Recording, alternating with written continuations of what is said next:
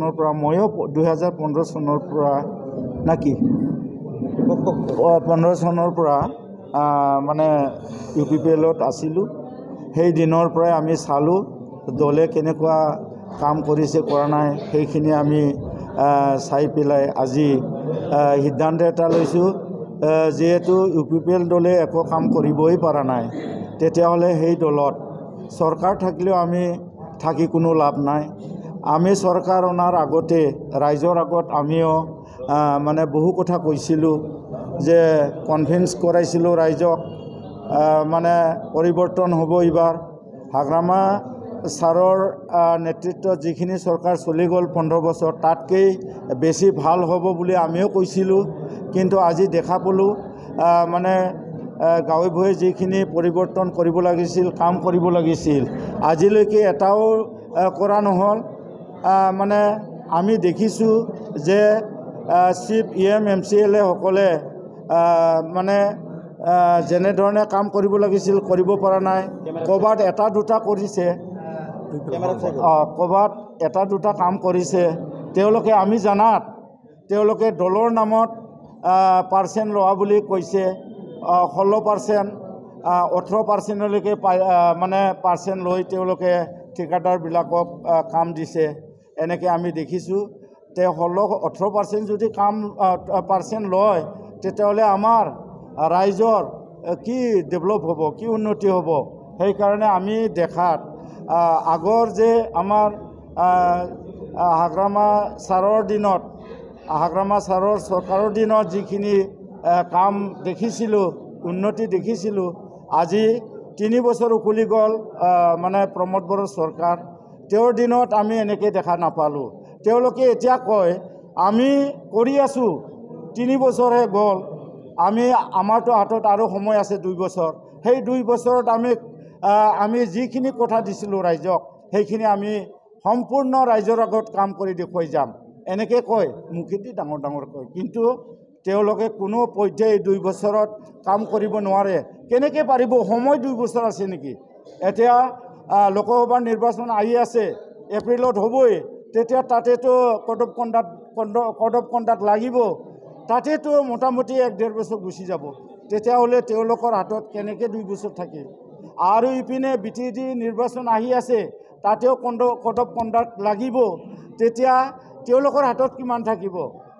কি 6 মাহো নাথাকে। ধৰক 6 মাহ থাকিল, 6 মাহত তেওঁলোকে কি তেওঁলোকৰ ৰাইজক কথা দিয়া মতে তেওঁলোকে কেনেকৈ সম্পূৰ্ণ কৰি মানে তেওঁলোকৰ যিখিনি আশ্বাস দিছিল ৰাইজক ক'ত কৰিব পাৰিব? নিশ্চয় সম্ভৱ নহয়। ৰাইজে বুজি পায়, ৰাইজে জানিছে তেওঁলোকে যে বিফল হৈছে, তেওঁলোকে যে কৰিব পৰা নাই। মুখেদি ডাঙৰ ডাঙৰ কৈছে সেইখিনি কথা আমি নহয়, ৰাইজে গম পাই আছে, ৰাইজে বুজি পাই আছে। গতিকে আমি তাত ক'ব লগা নাই। যিয়ে নহওক আমি সেইবোৰ দেখা পাই চৰকাৰ থকা স্বত্তেও আমি চৰকাৰ নোহোৱা দলত কিয় আহিলোঁ? আমাক আদৰ্শ নীতি লাগে, আমিও ৰাজনীতি কৰা মানুহ। গতিকে ধৰক 87ৰ পৰা আমি ৰাজনীতিৰ লগত ময়ো জড়িত। সেই হিচাপে আমি আশা কৰোঁ যে ৰাইজক কিবা এটা কৰি থৈ যাব পাৰে নেকি? নেক্সট জেনেৰেশ্যনক আমাৰ ল'ৰা ছোৱালীক আমি কিবা এটা ভাল কাম কৰি দেখুৱাই থৈ যাব পাৰে নেকি? এইখিনি আশাৰে আমি বৰ্তমান মই দল কৰি আছোঁ। গতিকে মানে তেওঁলোকে যিমান নকওক কিয় তেওঁলোকে কাম কৰিব নোৱাৰে, সময়ো নাই। আৰু আমাৰ দলৰ মানুহখিনিক কৈছে UPPL নাছিল, তেওঁলোকে BPFতে আছিল। BPFৰ পৰাই তেওঁলোকে মানে জইনিং BPFত কৰিছে। এনেকৈ কথাবিলাক কৈছে, সেইবিলাক অগাধ মিছা কথা। এও বিকন গয়াৰী, এও বৰ মিছলীয়া। এওঁতো শিক্ষা জগতৰ মানুহ।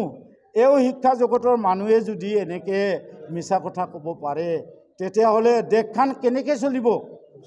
তেওঁ UN একাডেমীৰ বৰপেটা ৰোডৰ তেওঁ এজন মানে ডিৰেক্টৰ। তেওঁ ডিৰেক্টৰ হৈ এনেকৈ যদি মিছা কথা ক'ব পাৰে, তেওঁৰ আণ্ডাৰত তেওঁৰ স্কুলত কোন অভিভাৱকবিলাকে ল'ৰা ছোৱালীক মানে পঢ়ুৱাব? চাওক, কোনেও নপঢ়াব। তেওঁ এনেকৈ যে মিছা কথা কয়, মিছলীয়া, সেই কথাটো ৰাইজে গম পালে। এই যে মোক CWC মেম্বাৰ নহয় বুলি এবাৰ ক'লে সিদিনাখন 19 তাৰিখত, আকৌ আজিৰ নিউজ চেনেলত ক'লে যে কনক বৰুৱা আগতে CWCৰ মেম্বাৰ আছিল। এই কথা ক'বা লাজ কৰিব লাগে। সেইদিনাখন এটা কথা ক'লে, আজি এটা কথা ক'লে। কি কথা এইটো? তেওঁ এজন আমাৰ হালবাৰী জিলাৰ UPPLৰ মুৰব্বী, সভাপতি মানে মুৰব্বী, দেউতা। দেউতাই পৰিচালনা কৰা মানুহজনে যদি এনেকৈ মিছা কথা কয়, তেতিয়াহ'লে তেওঁ ৰাইজক, আমাৰ সেই যে সংগঠনক, আমাৰ দলটোক কেনেকৈ চলাই নিব পাৰিব? নোৱাৰে, নিশ্চয় নোৱাৰে। সেইকাৰণে ফেইলৰ বুলি কৈছোঁ। সেই ফেইলৰ দলত আমি নাথাকোঁ এই বুলি আমি যোৱা 16 তাৰিখত আমি চবে দলে বলে আমাৰ কৰ্মীখিনি মানে 46জন কৰ্মী আমি BPF যোগদান কৰিছোঁ।